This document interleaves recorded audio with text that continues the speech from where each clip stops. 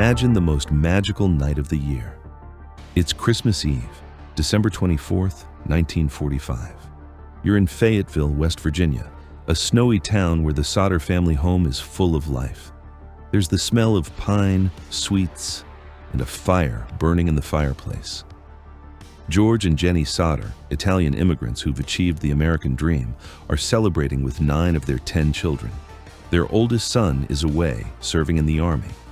The gifts are under the tree. The little girls ask permission to stay up late, playing with their new toys. Everything is laughter, warmth, and safety. Imagine going to sleep with that feeling of absolute peace. But at 1:30 in the morning, the sound of something hitting the roof wakes you up. And then, the smell.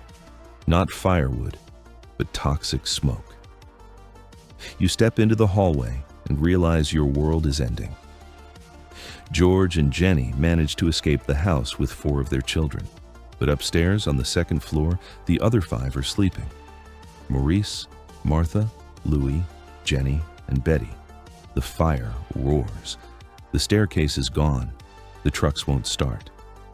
Imagine parents watching their house collapse in less than an hour, convinced their children are burning inside.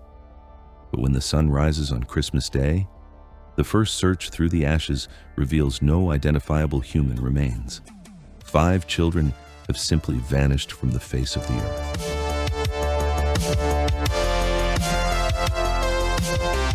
According to Jennie's account in the later investigation, the tragedy began with a strange signal. At 12:30 that night, the phone rang. Jennie went downstairs to answer. On the other end, a stranger's voice laughed eerily, with the clinking of glasses in the background. She asked for a name that didn't exist. Jennie said, "You have the wrong number." The woman let out a sharp laugh and hung up. Jennie noticed the downstairs lights were on, and the curtains were open. She locked everything up and went back to bed. She was just drifting off when she heard a hard thud on the roof, like something heavy rolling. Minutes later, smoke invaded the room. Chaos was absolute. George ran barefoot into the snow and broke a window to get back in, cutting his arm badly. He tried to reach the 2nd floor, but the interior staircase was already a column of fire. He went outside to use the ladder they always kept leaning against the wall, but the ladder was gone. Someone had moved it. George didn't give up. He ran to his 2 coal trucks, planning to pull them up to the house and climb onto the cab roof to reach the windows. But neither truck would start. They worked perfectly the day before. That night, both were dead. He tried to get water from the rain barrel, but it was frozen solid. They called the fire department, but the dispatcher didn't answer. They had to drive into town to raise the alarm. Even though the fire station was close, the team took 7 hours to arrive, according to later reports. They showed up when the Christmas sun was already high. By then, the house was just a smoking basement full of ash. George and Jennie wept, hugging their 4 surviving children, waiting for the inevitable, for the firefighters to bring out the bodies of their 5 siblings. But the firefighters searched through the rubble and found no identifiable human remains. The fire chief, possibly trying to close the case quickly on a holiday, said the fire had been so intense it evaporated the bodies completely. Death certificates were issued and the file was closed. But George Sodder worked with coal. He knew how fire burns. He investigated on his own, spoke to crematorium directors, and the answer was unanimous. Even at 2,000 degrees for 2 hours, bones always remain. The Sodder house burned for only 45 minutes. In the rubble, they found kitchen appliances twisted by heat, still recognizable. How does a toaster warp, but a femur evaporate? Jennie, the mother, performed her own macabre experiment. She burned animal bones in a stove to see how long they took to disappear. They never did. She knew in her gut that her children were not in those ashes. If they didn't die in the fire, where were they? The family started connecting the dots. Months earlier, an insurance salesman, angry because George refused to buy a policy, screamed at him, "Your goddamn house is going up in smoke and your children are going to be destroyed." He threatened him for his open criticism of Benito Mussolini.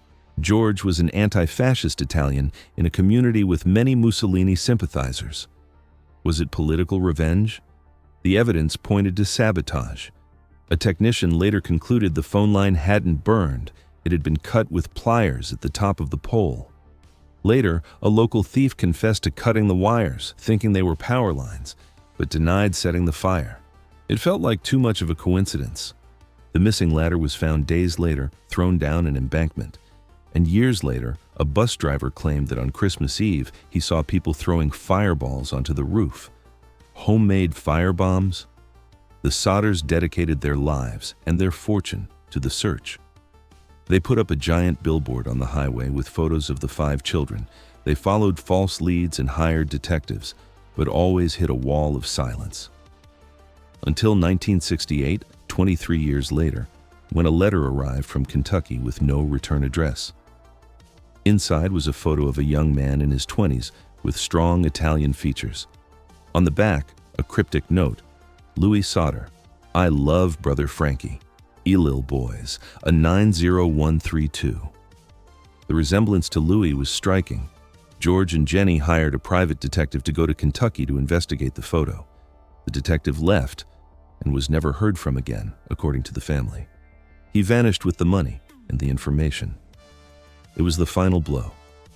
George died a year later without knowing the truth. Jennie died in 1989, wearing black every day since that Christmas Eve. The billboard remained on the highway until shortly after her death. What really happened? The most disturbing theory is that the children were taken from the house while the parents slept. And the fire was a distraction to cover the kidnapping. Witnesses claimed they saw the children in a car that night, or having breakfast at a diner the next morning, accompanied by hostile adults. It was never confirmed. Maybe they were taken to Italy, maybe they were sold, or maybe someone carried out a cruel revenge, knowing that uncertainty hurts more than death. Today is Christmas Eve. In a few hours, many of you will sit down to dinner. You'll look around the table and see the faces of your family. It's a moment of fullness. But in the Sodder story, Christmas became an empty chair that was never filled again. A brutal reminder, the greatest gift isn't what's under the tree, it's who's around it. Enjoy your night, hug your loved ones, and make sure the fire is completely out. We'll be back on Friday with more true crime. Merry Christmas to all. We'll see you then.